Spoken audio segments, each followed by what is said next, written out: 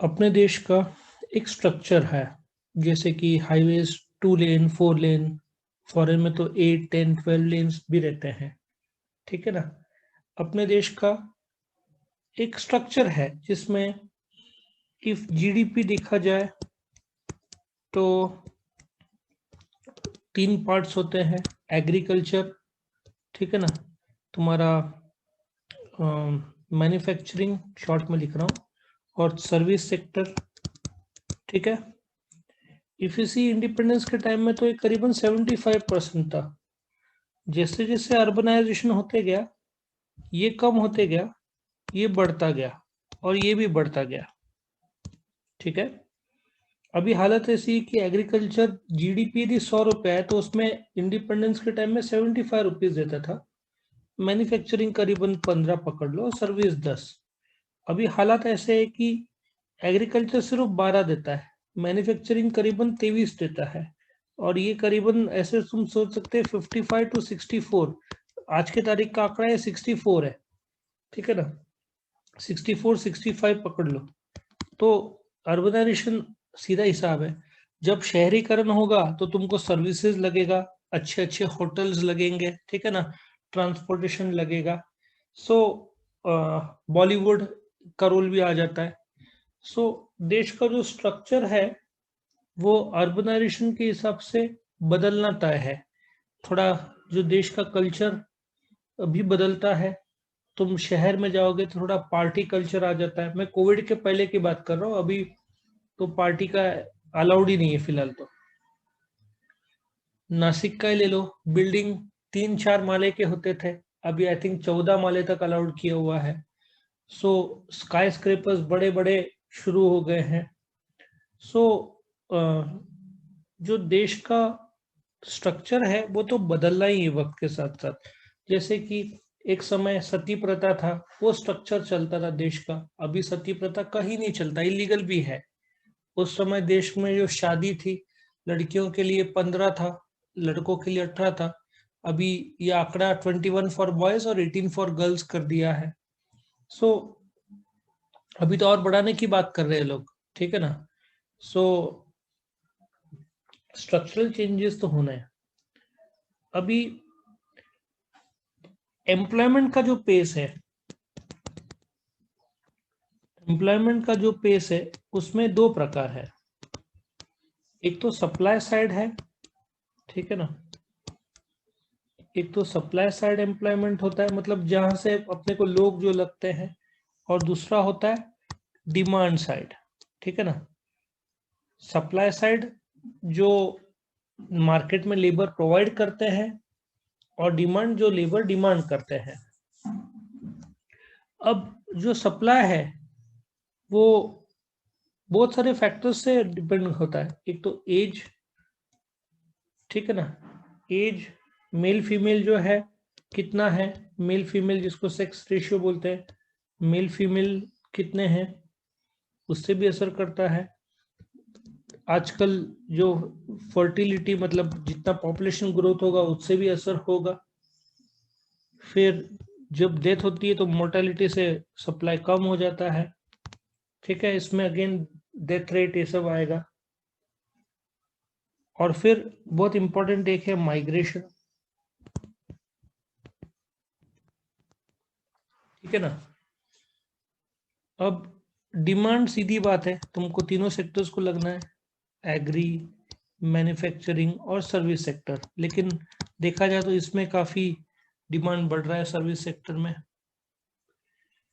तो इफ तुम देखोगे महाराष्ट्र का सिचुएशन, जो बिहार ले लो, बिहार, यूपी, गुजरात, गुजरात के कुछ गांव से, कोलकाता, ठीक है ना। तो काफी लोग यहाँ से काम करने के लिए मजदूर के तौर पर आते हैं। वो कहाँ कहाँ काम करते हैं?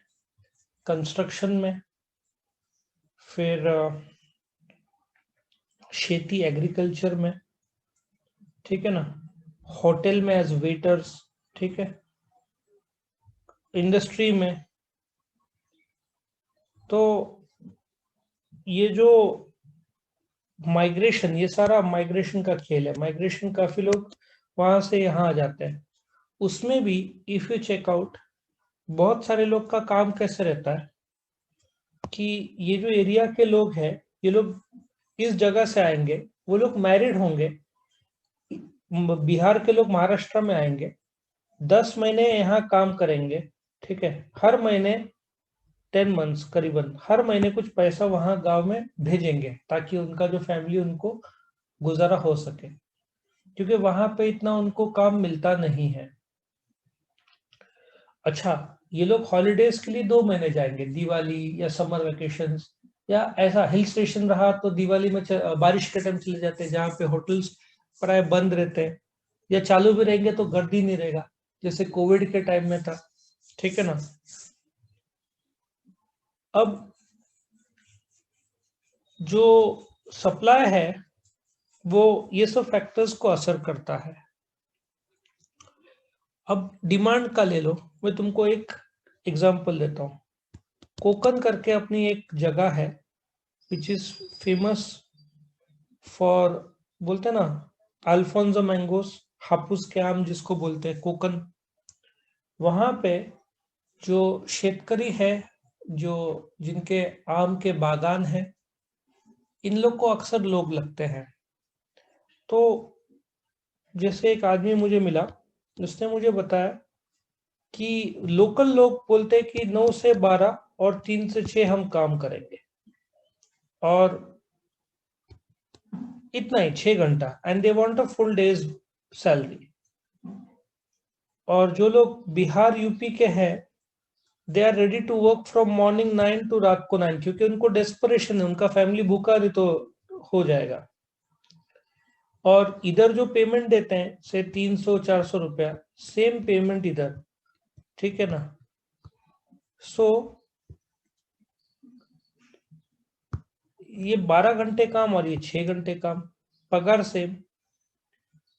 तो इसलिए ही सेड कि मैं डिमांड करता हूं बाहर के स्टेट के लोग, बिकॉज बाहर के स्टेट के लोग are ready to work. Local भी कुछ लोग तैयार रहते हैं काम करने के लिए, बट बाहर के लोग, ठीक है ना, are ready to work for more hours at the same rate of wage. So problem उसको ऐसा हो रहा था कि he was demanding the labour, demanding कि बाबा काम करने आओ, बट लॉकडाउन की वजह से सप्लाई में प्रॉब्लम हो गया था। और सबको तो पता है हापुस का जो टाइम है, जनवरी फरवरी मार्च अप्रैल मई का टाइम है, और नवंबर में काम शुरू हो जाता है। ही सेड कि दिवाली के पहले काम शुरू हो जाता है। This was the first year जब उसका काम शुरू ही नहीं हुआ था और लेबर शॉर्टेज था, उसको लेबर जो चाहिए बाहर के मिल ही नहीं रहते। सो कोविड एम्प्लॉयमेंट में, सप्लाई में कोविड एक बहुत बड़ा फैक्टर इन प्ले करता है, ठीक है। नाउ अगेन, कुछ होटल्स नासिक के हैं जहां पे लेबरर्स कलकत्ता से आते हैं। नाउ जब होटल्स को परमिशन दिया गया, I think it was somewhere in October I think, but फिर भी होटल में लोग की कमी थी। कारण कलकत्ता से नासिक के लिए एरोप्लेन में तो लेके नहीं आएंगे, परोड़ेगा नहीं उनको, क्योंकि एक होटल में 20 वर्कर है, तो ट्रेन के टिकट्स क्या, 1,000 रुपए का टिकट लो तो 20,000, प्लेन में लाख रुपया, थोड़ी होटल को इतना परोड़ेगा। अब ट्रेन के टिकट्स, ट्रेन में जगह ही नहीं मिल रही थी, एक तो ऑलरेडी ट्रेन कम चल रहा है, उसमें भी अर्जेंट है सबको जाना, तो वहां पे लेबर रुक गया। बिहार में इलेक्शन है तो अगेन वहां पे से लोगों का आना थोड़ा डिले हो गया।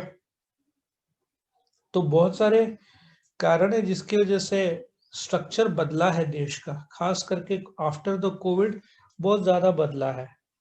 नाउ ये तो अर्बनाइजेशन की बात हो गई, लेकिन अगेन हम थोड़ा इंटरनेशनल भी चर्चा करेंगे।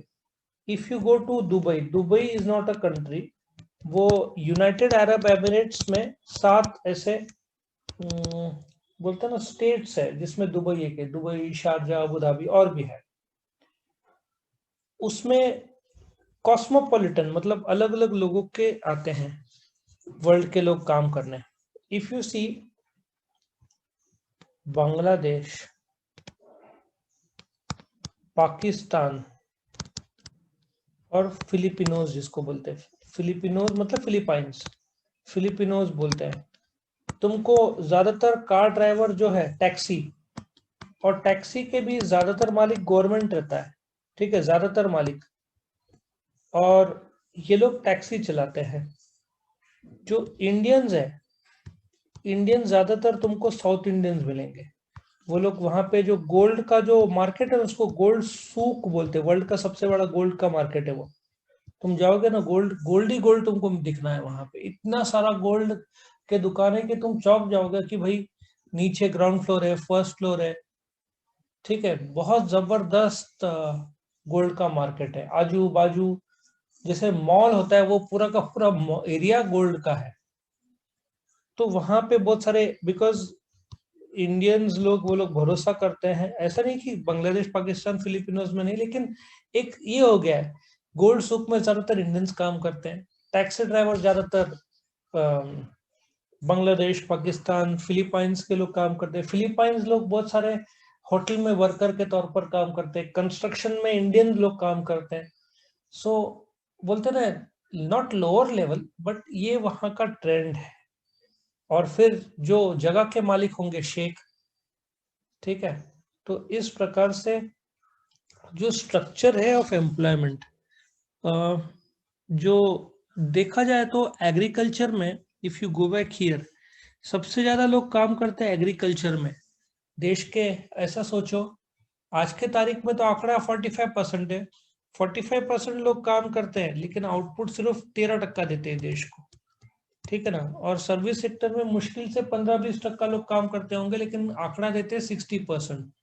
तो अगेन ये स्ट्रक्चर बदलेगा, क्योंकि आज के तारीख में लॉजिस्टिक्स, वेयर हाउसिंग, ये सब काफी इसमें डिमांड बढ़ रहा है, ट्रांसपोर्टेशन, इंफ्रास्ट्रक्चर। इसलिए जो स्ट्रक्चर था देश का, उसमें एम्प्लॉयमेंट का स्ट्रक्चर सर्विस सेक्टर में काफी बढ़ेगा। एग्रीकल्चर में लगातार ये स्ट्रक्चर कम होते जा रहा है, क्योंकि दिन का पगार 200-300, काम का मेहनत बहुत ज्यादा, धूप में तुमको काम करना पड़ता है। वही सोचो ना, तुम एक होटल में काम करते हो, अच्छे होटल में, भले ही तुमको 300 मिले, बट एयर कंडीशन में प्लस टिप मिलता है, तुम तो खुश रहते हो, होटल के अंदर तुमको काम करना है और कुछ करना नहीं है, रिलैक्स तुम रहोगे, है ना। सो इस प्रकार से ये क्वेश्चन और चैप्टर यहाँ पे खत्म होता है।